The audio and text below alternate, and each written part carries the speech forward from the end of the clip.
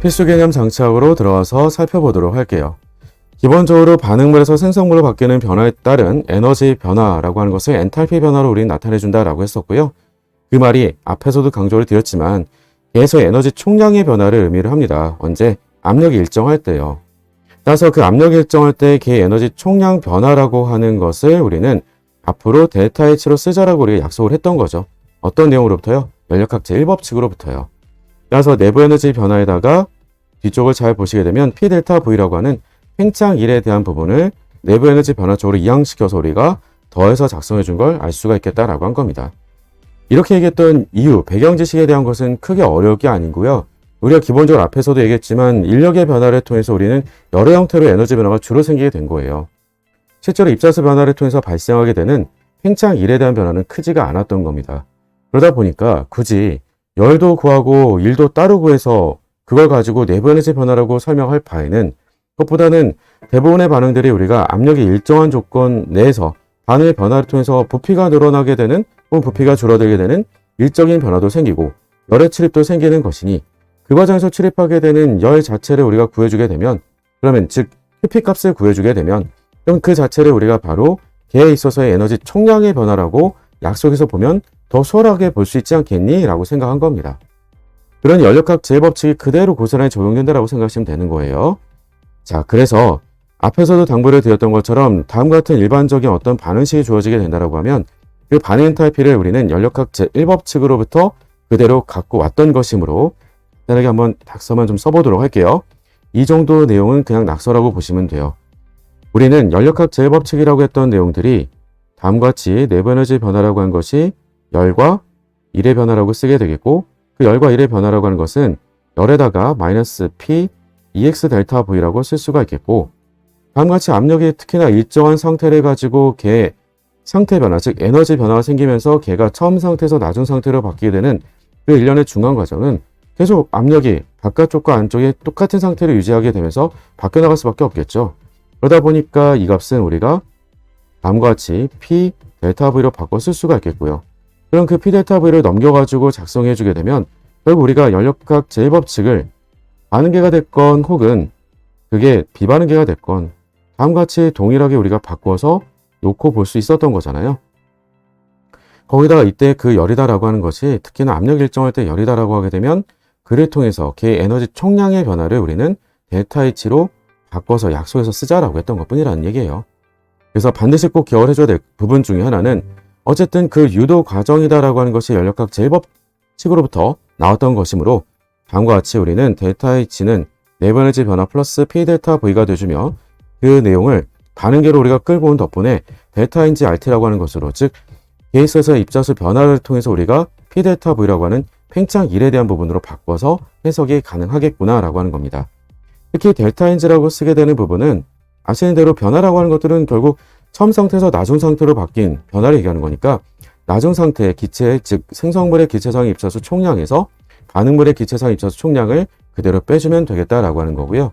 앞에 문제를 풀 때도 마찬가지지만 반응을 하는 데 있어서 우리가 얼만큼씩 반응시켰다는 얘기들이 전혀 등장을 하지 않죠. 그럴 필요가 없는 건 바로 반응식에 있는 개수가 곧 바로 몰수이기 때문에 그런 거죠.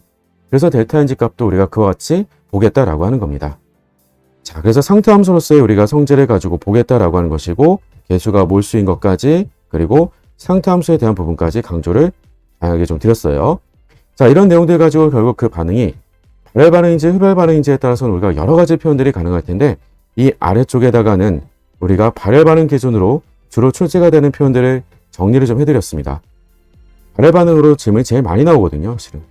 그럼 발열 반응이다라는 말이 무슨 말이 되겠니? 라고 하는 건 이에 대한 에너지 총량을 봤을 때 반응물의 상태로부터 생성물의 상태로는 얼만큼 바뀌는 거니? 라고 하는 것은 반응물의 상태 에너지 총량에서 생성물의 상태 에너지 총량으로 바뀌었을 때 그만큼 에너지를 우리가 감소가 되는 변화가 생길 수밖에 없겠고 그 변화가 생기면서 내놓게 되는 에너지들은 주위로 고스란히 내놓게 되겠고 이때 오해하시면 안 되는 게요. 그 열을 내놨다라고 해서 걔의 온도 자체가 바뀔 거냐? 그렇지는 않아요. 이것도 잠깐 낙서만요. 주의점 중에 하나가 된다라고 하는 건데요. 걔가 에너지를 내놓게 돼요. 그러면 열을 내놓게 됐으니까 온도가 떨어진다라고 많이 착각을 하게 되는데 걔가 가지고 있는 인력의 변화를 덕분에 우리가 그 인력 변화의 차이를 가지고 에너지를 주위로 내놓는 것뿐인 거지 개 자체의 온도가 바뀌는 일은 없어요. 따라서 우리가 이런 변화들을 통해서는 열의 출입이 생기더라도 열의 출입이 생기죠. 그 열 출입 자체가 그대로 온도 변화로 연결은 아니다라고 하는 거고요. 그 다음이 좀 중요하죠. 그런데 만약에 우리가 열을 주위로 내놓긴 내놨잖아요. 그러면 발열 과정을 통해서 우리가 그러면 어떤 일이 벌어지겠니? 라고 했을 때는 발열 과정을 통해서는 분명히 걔가 주위로 열을 내놓게 된 건 사실이잖아요. 그럼 주위의 온도는 당연히 증가를 할 수 있는 거잖아요. 특히나 주위가 작다라고 한다면요. 그럼 주위가 작다라고 하면 주위 온도가 증가할 수 있겠죠.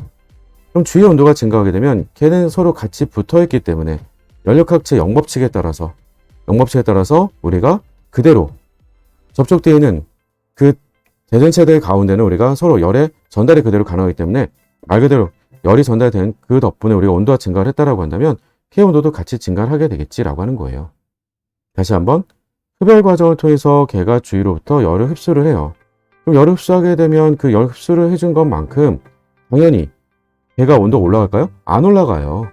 올라가지 않고요. 걔가 주위로부터 열을 흡수했기 때문에 주위는 열을 준 것만큼 온도가 떨어지게 되겠죠. 떨어지다 보니까 걔도 같이 온도가 떨어지게 된다라고 하는 거예요.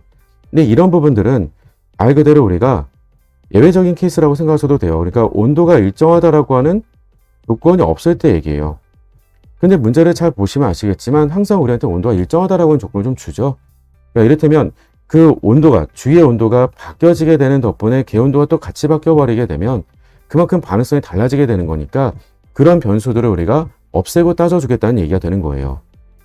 자, 이런 부분들이 여러분들이 공부할 때 고등학교 때 공부했던 내신 때 공부했던 배경 지식 같은 것들이 좀 남아있는 덕분에 자꾸 오해를 많이 하게 되는 건데 그런 오해하지 마시고 반응 자체를 통해서는 우리가 온도의 변화는 없겠지만 우리가 열을 내놓거나 열을 흡수하는 과정을 통해서는 온도 변화가 같이 일어날 수 있겠고 그러면 온도가 일정하다라고 하는 조건이 없다라고 했을 때는 그 덕분에 주위 온도가 같이 바뀌는 걸 따져줘야 되겠고 그렇지 않고 온도가 일정하다라고 하는 조건을 아예 못을 바꿔주게 되면 그러면 반응을 통해서 우리가 온도 변화가 따로 일어날 건 아니겠구나 라고 생각하시면 된다라고 하는 겁니다.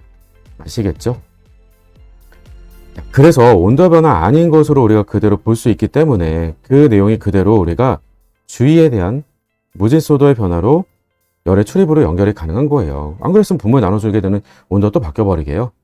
아시겠죠? 자, 나머지에 대한 표현들 가운데서 특히 우리가 주의 깊게 봐두고 꼭 기억을 해줘야 될 내용 가운데 한 가지는 그림을 통해서 보는 것도 중요하겠지만 반응 엔탈피를 계산하는 방법이 중요하겠죠. 크게는 우리가 세 가지 정도를 가지고 접근해서 구하게 돼요. 그건 뭐가 되겠니라고 하면 계산에 대한 것들, 기본이 바로 표준 생성 엔탈피가 되주겠고 나머지들은 결합 엔탈피라던가 혹은 연소 엔탈피를 통해서도 우리가 반응 엔탈피를 구할 수 있다라고 하는 게 되겠죠. 자, 특히나 표준 생성 엔탈피를 가장 1순위로 꼭 기억을 해주셔야 될 건데요. 왜냐라고 하는 것은 항상 쓸 수 있어서 그렇죠. 언제든지 쓴다라고 하는 겁니다. 그러니까 무조건 쓸 수 있는 것 중 하나가 표준 생성 엔탈피예요. 무조건 1순위로 꼭 기억을 해두고 계시고요. 두 번째는 결합 에너지가 되는 건데 결합 에너지는 굉장히 제한된 상황에서만 쓸 수가 있어요. 언제 쓰는 거야 라고 하는 것은 그 모든 화학 종들이 중성일 때 우리가 쓸 수 있어요. 그리고 기체 상태에 대해서만 쓸 수가 있습니다.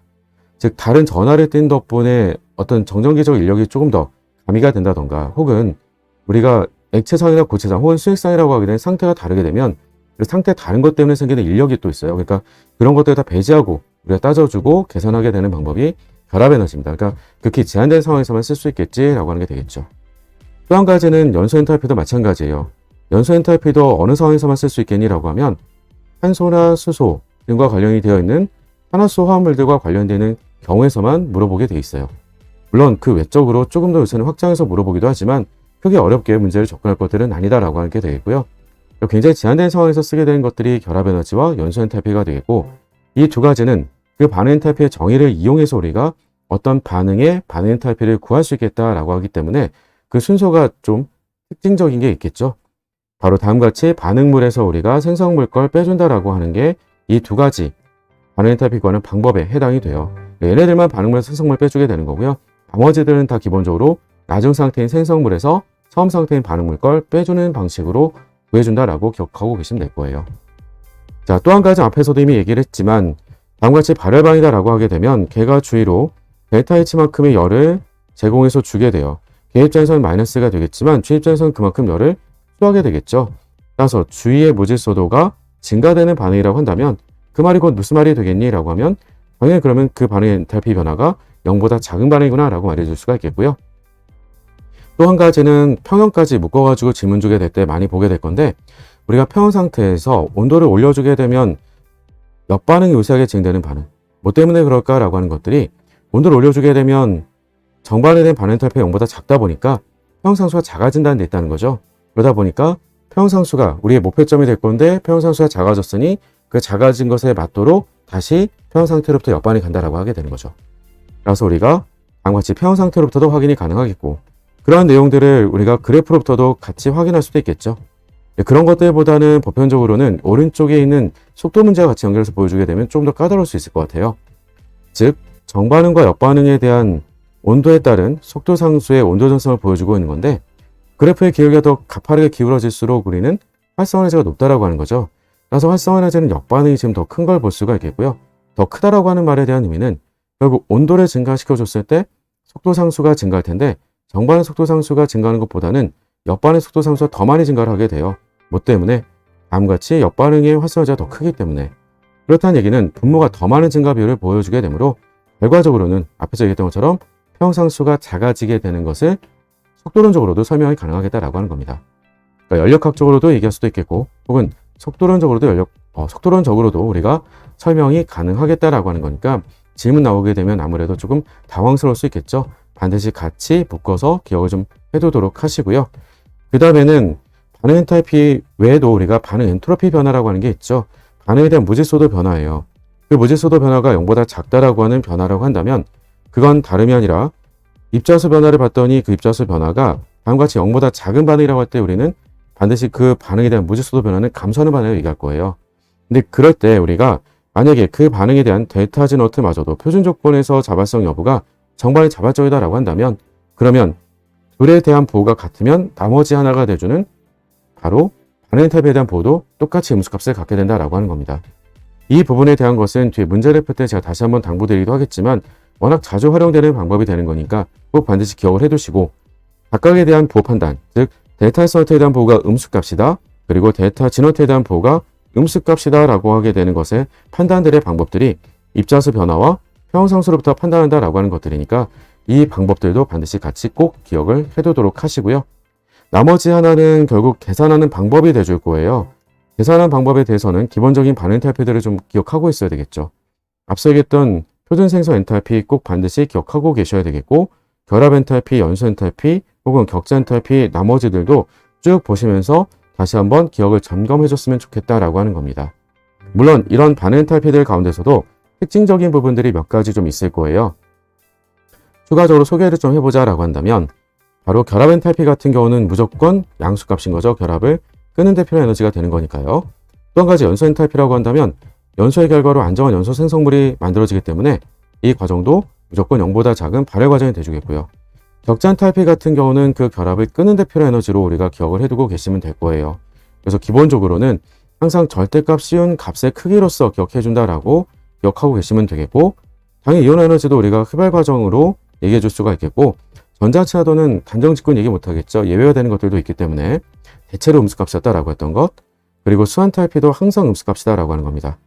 그리고 용엔탈피 같은 경우는 우리한테 질문 나올 수 있는 것들이 다음과 같이 이온 결합 화합물에 대한 용엔탈피를 물어볼 수 있기 때문에 격자 엔탈피와 수엔탈피의 합이 곧 용엔탈피라고 얘기를 하게 되는 거고요. 이 말로부터 보게 되면 말 그대로 격자 엔탈피는 무조건 플러스 값인 것이고 수엔탈피는 마이너스 값이에요. 그러다 보니까 둘을 더해준 그 결과 용엔탈피 값이 플러스일지 마이너스일지는 계산해야지만 알 수 있겠다라고 하는 거고요. 자, 상전이 엔탈피에 관련된 부분들은 딱히 부호는 강조를 드리지 않아도 될 것 같아요. 나머지 하나가 돼줄 수 있는 방법 가운데는 실험을 통해서도 우리가 반응 엔탈피를 구할 수 있다고 하는 건데 그 용기에 따라서 좀 구별이 되긴 하겠지만 가장 기본이 되는 내용들은 결국 열량계의 열량 변화라고 하는 것들이 곧 어떤 거랑 같겠니라고 하면 계에서의 에너지의 변화에 부호가 반대로 붙여서 말해주면 되겠구나 라고 하는 거고요. 만약에 개가 발열반으로 열을 준다라고 하게 되면 그 열 준 것만큼 온도 증가를 하면서 열을 흡수를 하게 되겠고 그 온도 증가 폭만큼 해당되는 열 흡수의 양에 대한 크기가 곧 개가 잃어버린 에너지 변화 크기와 같다라고 해서 문제를 풀면 될 텐데 그런 것들을 우리한테는 부피가 일정한 상태로 물어볼 수도 있겠고 혹은 압력이 일정한 상태로 물어볼 수도 있겠지라고 하는 겁니다. 그런 내용들도 마찬가지로 문제에 주어진 것들 같이 확인하면서 우리가 문제를 더 추가로 풀어가 보도록 할 텐데요. 자, 이 내용에 관련된 것들 연습하시라고 개념 체크 문제로 추가로 좀 더 넣어드렸어요. 개념 체크 문제들이 만만한 듯 싶어도 그렇게 만만치는 않을 거예요. 그래서 꼼꼼하게 문제 잘 풀어보도록 하시고요. 자, 우린 이제 대표 기출 문제를 보면서 다음 같은 개념들이 어떻게 적용되는 것이며 그리고 유형별로 우리가 문제를 푸는 풀이 방법에 대해서도 추가로 정리를 더 들어가 보도록 할게요. 지금 시작합니다.